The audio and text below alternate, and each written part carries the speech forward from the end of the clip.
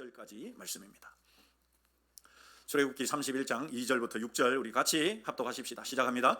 내가 유다 지파 훌의 손자요 우리의 아들인 부살레를 지명하여 부르고 하나님의 영을 그에게 충만하게 하여 지혜와 총명과 지식과 여러 가지 재주로 정교한 일을 연구하여 금과 은과 노수로 만들게 하며 보석을 깎아 물리며 여러 가지 기술로 나무를 새겨 만들게 하리라. 또 내가 또 단지파 아히사막의 아들 오홀리압을 세워 그와 함께 하게 하며 지혜로운 마음이 있는 모든 자에게 내가 지혜를 주어 그들이 내가 내게 명령한 것을 다 만들게 할지니. 아멘.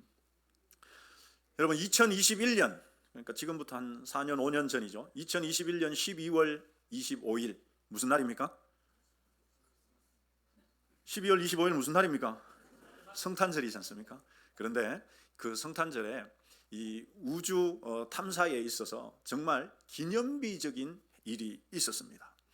2021년 12월 21일에 무슨 일이 있었느냐 하면 그동안은 여러분 허블 망원경이라는 거 들어보셨죠? 한 번쯤은 들어보셨을 겁니다. 이 허블 망원경을 이 인공위성으로 쏘아 올려서 지구 주변에서 지구 궤도를 돌면서 우주를 관찰하도록 했었는데 그 허블 망원경의 이 능력을 뛰어넘는 제임스 웹이라고 하는 망원경을 저 우주 바깥으로 쏘아 보낸 날이 2021년 12월 25일이었습니다. 이게 여러분 왜 역사적으로 대단했느냐 하면 그동안 허블 망원경은 이 지구 주변에서 이렇게 돌면서 우주를 관찰했기 때문에 한계가 있었는데 저 제임스 웹 우주 망원경은 지구에서부터 150만 킬로미터, 놀라지도 않으시네요. 여러분 150만 킬로미터를 쏘아 보내가지고 거기에서 이렇게 돌면서 이제 우주를 관찰하는 그 망원경이거든요. 거기에서부터 지구로 이제 사진 영상을 보내기도 하고 이렇게 하는데 여러분 이것이 보통 일이 아니지 않겠습니까? 저게 300만 개의 각각의 부품들이 조립되었답니다. 300만 개. 그러니 여러분 이게 문제가 뭐냐 하면 저 300만 개를 완벽하게 조립하는 것도 문제지만은 저것을 150만 킬로미터나 보내놓으니까 중간에 고장나면 고칠 수 있습니까? 없습니까? 고치는 게 불가능해요. 그러니까 완벽하게 만들어가지고 우주선에 실어서 쏘아보내는데 150만 킬로미터를 보내서 거기에서 해야 되거든. 그런데 여러분 문제는 뭐냐 하면 우주 밖이 이 지구처럼 환합니까? 깜깜합니까? 잘 모르시죠? 깜깜합니다. 왜 그러냐 하면은 빛이 다 퍼져나가기 때문에 그렇거든요. 그런데 이 제임스 웹 망원경은 그 희미한 우주에서 나오는 그 희미한 빛들을 잘 모아야만 그것이 영상을 찍기도 하고 사진을 촬영해서 지구로 보낼 수 있거든요. 그렇게 하려니까 우리가 지금 여기 보는 것처럼 가운데 여러분 저 노란색 육각형 있죠. 저 18개의 육각형이 중요한데 빛을 모아 드리는 것인데 저게 이제 보통 기술이 아닌 겁니다. 정말 아주 얇게 이 금으로 도금을 해야 되는데 그렇게 도금을 잘 해놔야만 빛이 일정하게 약한 빛들까지도 잘 모아가지고 이제 우주를 탐사하는 일들이 가능한데 저렇게 여러분 일을 하는 것들이 보통 일이 아니지 않겠습니까? 그래서 저 일을 위해서 여러분 잘 아는 미 우주항공국 뭡니까 여러분? 나사 혼자만 이게 한 게 아니고 유럽 우주항공국에서도 같이 협력하고 그리고 캐나다 우주항공국에서도 같이 연합을 했습니다.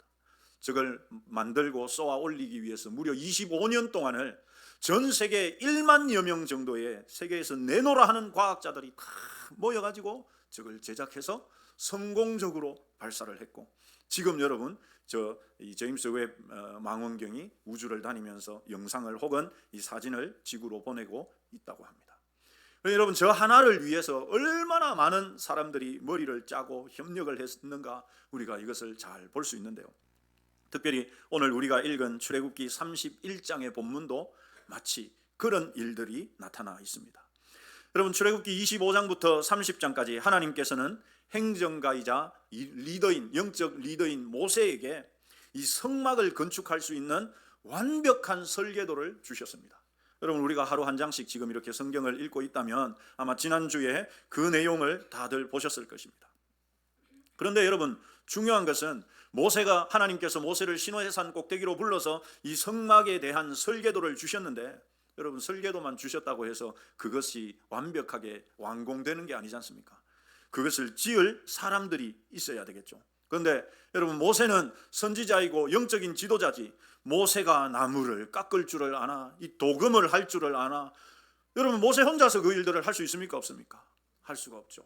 그래서 하나님께서는 그 일들이 가능하도록 주변에 사람들을 붙여주시고 완벽한 그 설계도에 따라서 한치의 오차도 없이 정교하게 순금을 입히고 나무를 깎고 그렇게 성막을 만들어낼 사람들이 필요했었습니다.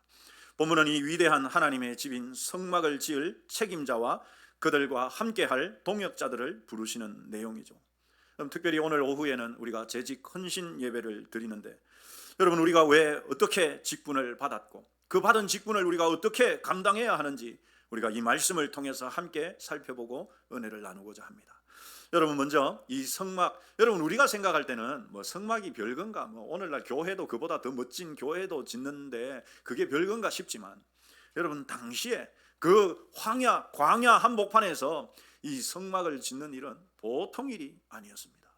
게다가 여러분 그 뜨거운 광야 한복판에서 금을 녹이려면 1000도 이상의 열이 필요한데 그 열을 불을 떼서, 그 더운 곳에서 불을 떼서 금을 녹여서 거기에 나무들마다 도금을 하는 이런 일들, 여러분 이건 전문 기술을 가진 사람이 아니면 할 수가 없는 일 아닙니까? 모세가 그것을 어떻게 다 혼자 하겠습니까? 그래서 하나님은 이 성막 건축을 위한 총책임자인 부살레를 이렇게 부르십니다. 우리 같이 읽어보시죠. 시작합니다. 내가 유다 지파 훌의 손자요 우리의 아들인 부살레를 지명하여 불렀다. 여러분 하나님께서 하나님의 일을 맡기는데 그냥 대충 아무나 하시지 않죠. 이 2절 말씀에 그 내용이 나와 있습니다. 하나님이 부살레를 어떻게 부르십니까? 지명하여 부르시죠. 우리말 성경에는 이 지명하여 부르다 두 단어로 되어 있지만 사실 히브리어에는 하나의 단어로 되어 있습니다. 부르다는 단어와 이름이라는 단어가 붙은 한 단어로 되어 있거든요. 그러니까 하나님께서는 그 특별한 사람의 이름을 불렀다. 부살레라 일로 와라, 부살레라 이 일을 해라. 하나님이 그렇게 부르셨다는 사실이죠. 여러분 이것이 하나님이 사람을 세우시는 방법입니다.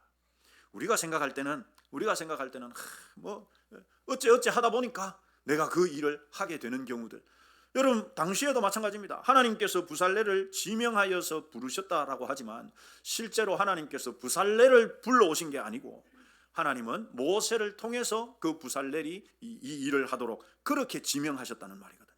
그러니 여러분 모르는 사람들이 보면 뭐 하나님이 부르기는 뭐 불러, 모세가 불렀지, 모세가 자기는 잘 못하니까 부살레를 보고 이 일 하라고 시킨 거지, 이렇게 생각할 수 있다는 말이죠. 그러나 성경은 분명하게 말씀합니다. 내가 지명하여서 불렀다. 사람이 부른 것 같아도 하나님이 부른다는 것을 잘 보여줍니다. 여러분 성경에서 이렇게 하나님의 일에 쓰임 받는 사람들의 이름을 보면 종종 그 이름이 특별한 의미를 갖는 경우가 있거든요.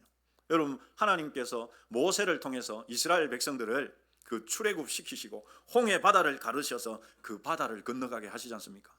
그런데 여러분 그 모세 이름의 뜻이 무엇입니까? 물에서 건져냈다는 말이거든요. 그러니 여러분 그 물과 같은 애굽의 고난 속에서 그 백성들을 건져내고 실제적으로 홍해 바다를 갈라내서 그 이스라엘 백성들을 건져내는 일을 하는데 누가 하느냐? 모세가. 물에서 건짐을 받은 그 모세를 통해서 그 일을 하죠. 여러분 마찬가지입니다.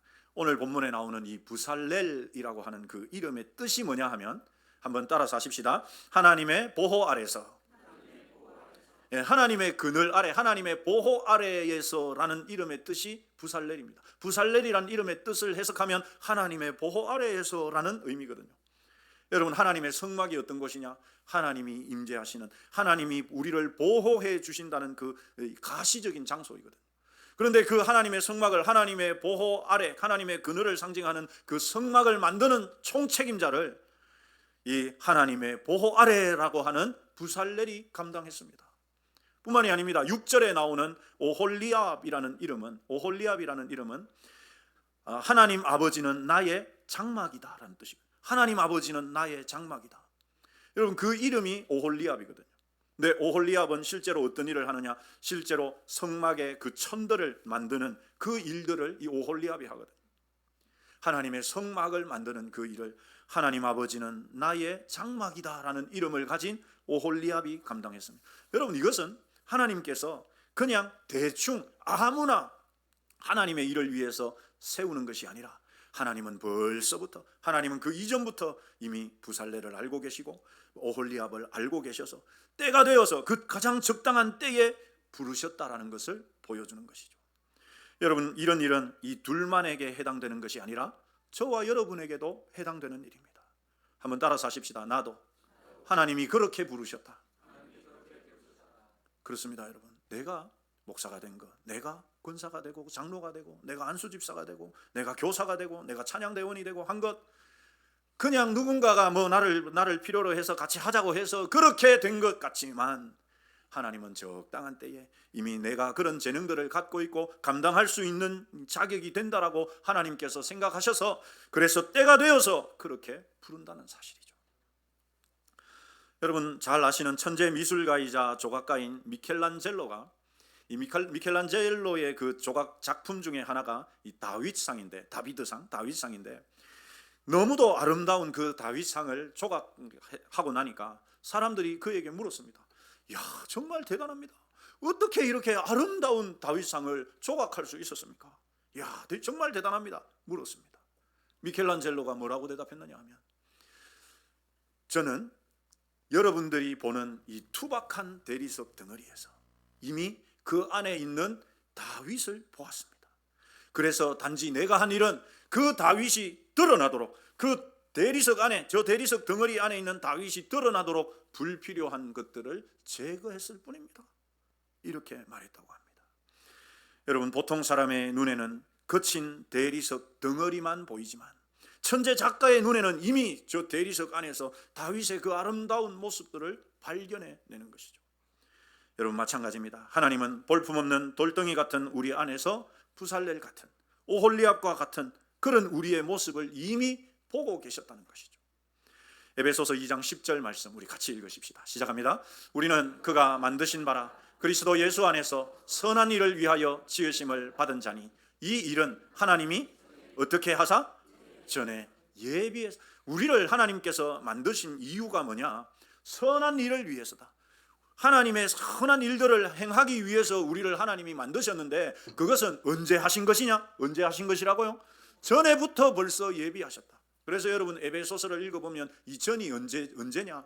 이미 하나님께서 이 세상을 창조하시기 전에, 이 세상을 창조하시기도 전에 하나님은 우리 한 사람 한 사람을 쟤는 어떤 일을 위해서, 저 사람은 어떤 일을 하도록 하기 위해서 하나님께서 이미 그렇게 예비하셨다가 가장 적당한 때에 장로님으로, 권사님으로, 집사님으로, 찬양대원으로, 교사로, 목사로 그렇게 우리를 불러내시는 것이죠. 이것이 여러분, 하나님께서 직분을 맡기시는 모습입니다. 하나님은 우리에게 직분을 맡기실 때 이미 그 직분에 맞는 부살렐과 오홀리압으로 저와 여러분들을 구체적으로 지명하셔서 부르시는 것이죠. 그래서 때가 되었을 때, 가장 적당한 때가 되었을 때 하나님께서 누구는 목사로, 누구는 장로로, 누구는 권사로 이렇게 거기에 맞게끔 부르시는 것입니다. 그러면 여러분, 이렇게 하나님이 우리를 지명해서 부르셨는데 그렇게 부름을 받은 자들은 어떻게 이 정교하고 거룩한 사명을 감당하느냐? 여러분, 이 성경 31장을 잘, 출애굽기 31장을 잘 읽어보시면 이 부살렐과 오홀리압이 하는 일이 그냥 보통 사람이 할 수 있는 일들이 아닙니다. 아주 정교한 일이거든요. 그 정교한 일들을 도대체 어떻게 감당할 수 있느냐? 오늘 본문 3절이 그것을 알려줍니다. 우리 3절 같이 읽어보시죠. 시작합니다. 하나님의 영을 그에게 충만하게 하여 지혜와 총명과 지식과 여러 가지 재주를 하나님이 주신다라고 말씀합니다. 여러분, 이 사람들이 그것을 어떻게 감당하느냐? 여러분, 어떻게 감당할 수 있습니까? 그 사람의 천재성으로 그것을 감당하는 것이 아니라 하나님께서 성령을 충만하게 부어주셔서 그 일들을 감당하게 한다는 것입니다.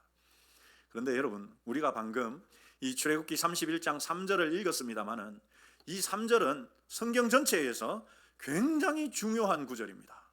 왜 그러냐 하면 성경 가운데서 여러분, 어떤 사람에게 하나님의 성령을 충만하게 하신다는 가장 첫 번째 구절이기 때문입니다. 성경 전체에서 하나님의 성령을 충만하게 부어주신다는 가장 첫 번째 구절이 이 출애굽기 31장 3절입니다. 그런데 여러분, 왜 이것이 중요하냐 하면, 여러분, 많은 사람들이 우리는 누군가에게 성령을 충만하게 한다 하면 그분이 막 방언하고 귀신을 쫓아내고 아니면 기도를 멋지게 하고 하나님의 능력의 역사들을 이루어가고 이런 것들을 기대하거든요. 그런 것들을 생각합니다. 그런데 여러분, 하나님께서 지금 처음으로, 성경에 처음으로 성령을 충만하게 하신다는 이 표현이 누구에게 쓰였느냐 하면 부살렐에게 쓰였습니다.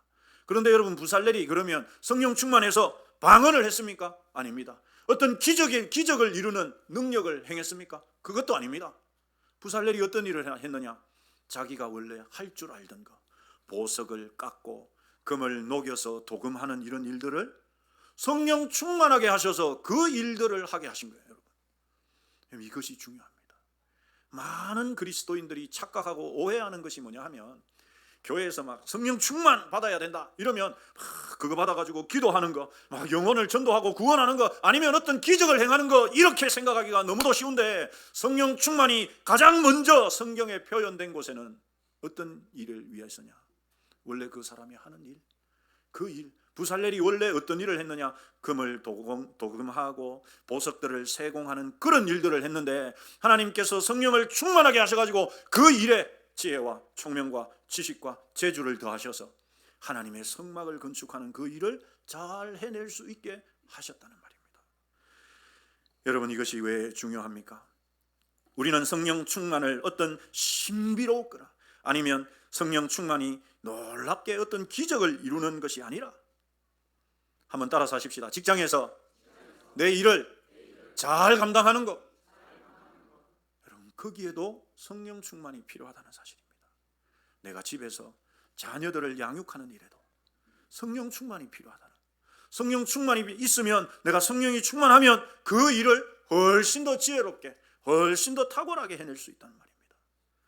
여러분, 학생들이 공부하는 일에도 성령 충만이 필요하다.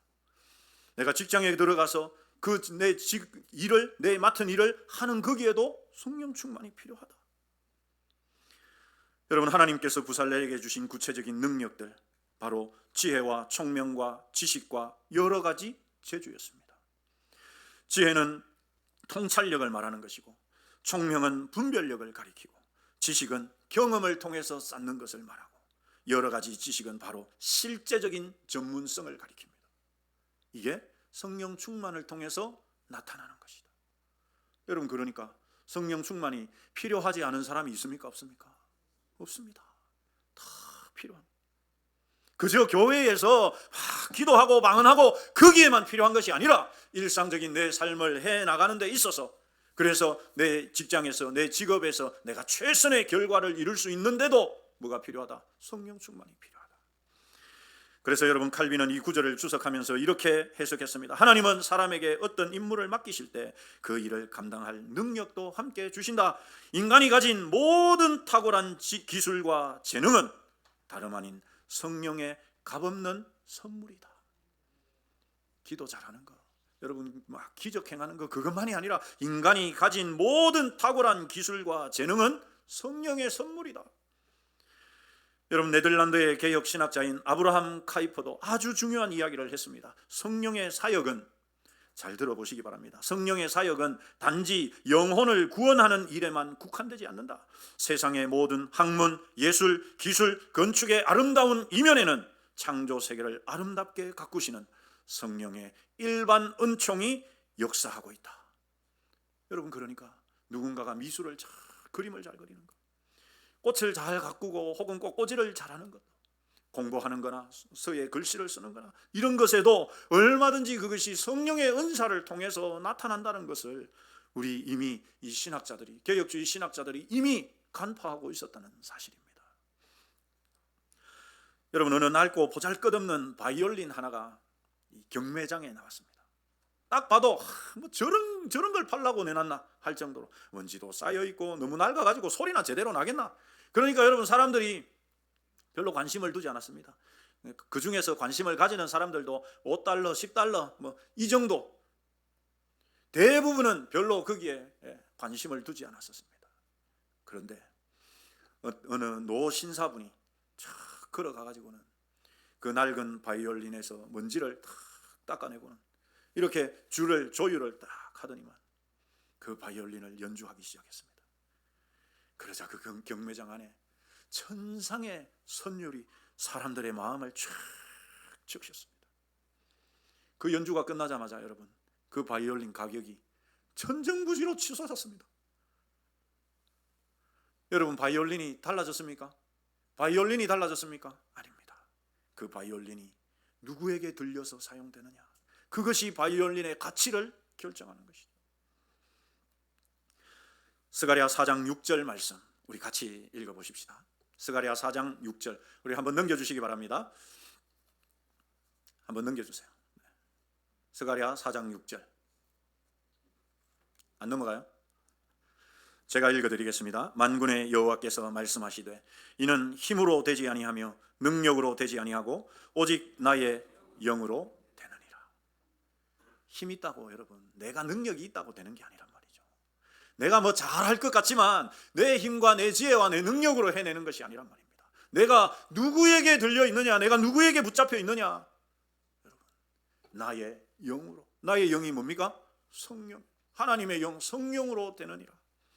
사랑하는 성도 여러분, 우리가 직분을 감당하는 거, 교회에서 이런저런 일들을 해나가는 거, 여러분, 많은 경우 사람들이 그 직분을 감당하다 보면은 내가 가지고 있는 지식으로, 내 힘으로 하려고 해요. 그러다 보니까 어떻게 되느냐, 마찰이 일어나고 아이고 이제 그만 못하겠다 생각이 들게 되고. 한번 따라서 하십시다. 성령으로 되느니라. 그렇습니다. 내 능력이 아니라 내 능력 너머에 나를 붙들어 주시는 성령의 능력으로 일하게 하시는 것이죠. 여러분, 우리는 그 보잘것없는 그 바이올린처럼 우리는 보잘것없는 악기일 수 있습니다. 그러나 하나님의 영이 나를 붙들어 주시면, 나를 사용하시면 얼마든지 하나님의 위대한 작품이 될 수도 있고 하나님의 위대한 작품을 만들어내는 것도 가능하다는 사실이죠. 우리가 성령님께 붙들리면 보잘것없는 나라도, 여러분, 우리가 존경하는 정말 그 신앙 위인 같은, 존경하는 목사님, 장로님, 권사님 같은 훌륭한 직분자가 얼마든지 될 수 있다는 사실입니다. 그런데 여러분, 본문에는 이 하나님께서 사람을 사용하시는 또 하나의 원리가 나옵니다. 하나님은 부살렐 한 사람의 천재성에 모든 것을 다 맡겨놓지 않았습니다. 우리 6절 같이 읽어보시죠. 6절 말씀 시작합니다. 내가 또 단지파 아히사막의 아들 오홀리압을 세워 그와 함께하게 하며 지혜로운 마음이 있는 모든 자에게 내가 지혜를 주어 그들이 내가 네게 명령한 것을 다 만들게 할지니. 여러분, 하나님은 부살렐 혼자서 다 하도록 하지 않았습니다. 부살렐이 아무리 뛰어난 천재라 하더라도 그 혼자서는 할 수가 없어요. 왜? 성막을 만드는 일은 너무도 엄청난 일이었기 때문에. 그래서 여러분, 하나님께서 어떻게 하시느냐?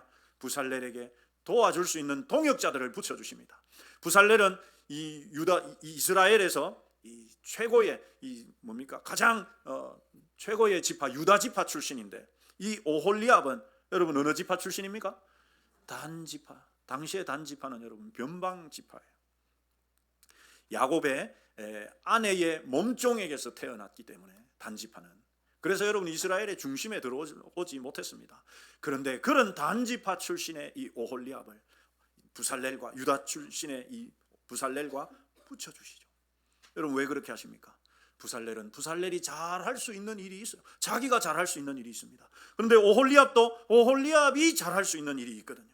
둘을 붙여주시고, 뿐만이 아니라 지혜로운 마음이 있는 모든 사람들까지 다 붙여주셔서 그 일들을 해나가게 하는 것입니다. 여러분, 독불 장군으로 혼자 하는 것이 아니라 동역자들을 붙여주는 것이죠. 왜요? 그 사람이 잘하는 일이 있고 이 사람이 잘하는 일이 있기 때문에. 좀 전에 우리 찬양대가 아름다운 찬양을 여러분 올려드렸습니다만, 우리 지휘자 권사님이 아무리 음악적인 재능이 뛰어나도 혼자 여러분 여기에서 찬양하는 것과 찬양대가 나와서 화음이 어우러져서 찬양을 하는 것이 차이가 있지 않습니까? 저 사람들 훈련시키고 같이 막 연습하고 이거 힘드니까 그냥 내 혼자 하란다, 그러면 편할 것 같지만 여러분, 이렇게 아름다운 하모니가 나올 수는 없는 것이죠. 그래서 여러분, 독불 장군이 아니라 함께 하는 것입니다.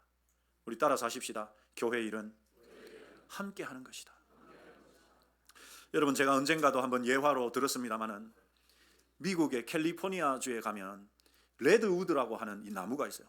저 지금 굵기가 어느 정도인지 이렇게 보이시죠, 여러분? 높이가 세계에서 최고 큰 나무입니다. 높이가 거의 100m까지 자란. 밑에 굵기가 저런데 이게 나무 하나만 있는 게 아니고 이 레드우드 국립공원에 군락지가 있습니다. 이게 100m 높이까지 올라갔는데도 여러분, 지진이 일어나고 거센 태풍이 몰아쳐도 좀처럼 넘어지거나 쓰러지는 일이 잘 없어요. 왜냐하면 저 레드우드 나무가 뿌리가 그러면 한 뿌리가 저 지하 한 200m까지 안 내려갔겠나. 그러니까 저 지진이 나도 안 넘어지지. 그랬는데 실제적으로 파보니까 여러분, 저 레드우드 뿌리가 깊이 내려가지 않아요. 10m, 20m밖에 안 내려가 있는 거예요. 그런데도 안 쓰러져요. 그 이유가 뭐냐 하니까 저 뿌리가 옆으로 30m, 40m까지 뻗어가는데 어떻게 뻗어가느냐. 옆에 있는 레드우드 뿌리하고 같이 엉켜있고, 그 옆에 있는 뿌리끼리도 엉켜있고, 그 옆에 있는 뿌리까지도 쫙 뿌리가 30m, 40m까지 옆으로 쫙 뻗어서 엉켜있는 거예요. 그러니까 태풍이 와서 막 불어가지고 만약에 한 나무가 막 흔들리면 어떻게 되냐. 그 밑에 뿌리가 서로 꽉 잡아줘서 쓰러지지 않게 만든다. 이게 여러분, 레드우드 나무가 폭풍에도 지진에도 쓰러지지 않는 이유라고 합니다. 이것이 여러분, 하나님이 하나님의 일을 하게 하시는 방법입니다. 에베소서 4장 16절 말씀 우리 같이 읽읍시다. 시작합니다. 그에게서 온 몸이 각 마다리를 통하여 도움을 받음으로 연결되고 결합되어 각 지체의 분량대로 역사하여 그 몸을 자라게 하며 사랑 안에서 스스로 세우느니라. 여러분, 우리 한 사람 한 사람은 그냥 한 사람 한 사람이 아니란 말이에요. 예수님을 머리로 해서 각 마디마디를 통해 가지고 예수님이 주시는 그 도움이 서로 어떻게 되고 연결되고 결합이 되어서, 그래서 여러분, 내가 힘들어서 쓰러질 때 옆에 있는 사람이 같이 나를 잡아주고, 그래서 함께 하나님의 교회를 세워가고 하나님의 일들을 함께 해가는 것이죠. 여러분, 독불장군은 어떻습니까? 외로워요. 여러분, 하다가 그 사람 힘 빠지면 그 일을 스톱입니다. 그런데 함께 해가는 일들은 그렇지 않아요. 내가 지쳐갖고 힘이 없어갖고 주저앉아 있으면 옆에 권사님이 와가지고 아유 힘내세요, 밥 먹으러 갑시다, 손잡고 가가지고 삼계탕 한 그릇 사주고, 그러면서 또 위로받고 힘을 얻고, 그래서 또 다른 분이 그렇게 있으면 내가 가가지고 밥 한 그릇 먹읍시다, 힘을 주고, 그래서 어떻게 합니까? 서로 연결되고 결합되어서 쓰러지지 않도록 함께 하나님의 교회를 세워가는 일들을 해가도록 하시는 것이죠. 나 혼자서 모든 일을 완벽하게 해낼 수 있다고 믿는 것도 여러분, 교만입니다. 반대로 나의 부족함 때문에 하나님의 일을 할 수 없다고 좌절하는 것도 불신앙입니다. 여러분, 혹시 직분이나 봉사의 자리를 권면받을 때 저는 못합니다, 저는 능력도 없고 성경도 잘 모르고 저는 잘 못합니다. 여러분, 이런 마음 가져보신 적 없으십니까? 이 말은 겉으로 보기에는 겸손한 표현인 것 같지만 대단히, 영적으로 보면 대단히 교만한 마음입니다. 왜요 여러분? 그 일을, 하나님의 일을 누가 한다고 생각합니까? 내가 한다고 생각하거든. 그러니까 나는 능력이 안 되니까 저는 못할 것 같습니다 라고 말하는 거예요. 그런데 여러분, 오늘 말씀은 뭐라고 이야기합니까? 내가 나의 영을 충만하게 부어주어서 내가 지혜로운 자들에게 지혜와 총명과 여러 가지 재주를 주어서 누가 하게 하십니까? 하나님이 하게 하시는 것이죠. 허드슨 테일러 선교사님이 이렇게 말씀하셨습니다. 하나님은 항상 연약한 사람들을 사용하십니다. 연약한 사람들을 사용한대요. 왜 연약한 사람들을 사용하느냐? 하나님을 온전히 의지할 만큼 충분히 연약한 사람들을 사용합니다. 내가 할 수 있다, 내 능력으로 할 수 있다 라고 하는 사람도 아니고, 나는 능력이 없습니다 라고 하는 사람도 아니고, 나는 비록 부족하지만 하나님이 하게 하실 줄 믿고 감당하겠습니다 하는 것이죠. 성막을 짓는 이 엄청난 역사는 모세 혼자의 힘으로 된 것도 아니고 부살렐의 선천적인 재능으로 된 것도 아닙니다. 하나님께서 지명하여 부르셨고 성령을 충만하게 부어주시면서 동역자들을 붙여주셔서 가능했던 것입니다. 사랑하는 성도 여러분, 진정한 겸손은 저는 부족하지만 저를 부르신 하나님께서 감당할 지혜와 능력과 좋은 동역자도 주실 줄 믿고 순종하겠습니다 라고 고백하는 것입니다. 하나님은 하나님의 일이 실패하도록 놔두지 않죠. 그래서 나에게 능력이 부족하면 능력을 주시고, 지혜가 부족하면 뭘 주시고? 지혜를 주시고, 일손이 부족하면 누구를 주시고, 동역자들을 붙여주시고, 우리 그 하나님을 신뢰하고 그 하나님을 믿으시며 우리에게 맡겨주신 직분과 사명을 잘 감당해 가셔서 정말 하나님 앞에 섰을 때 착하고 충성된 종아, 우리 주님의 칭찬을 들으시는 저와 여러분이 되시기를 주님의 이름으로 축원합니다.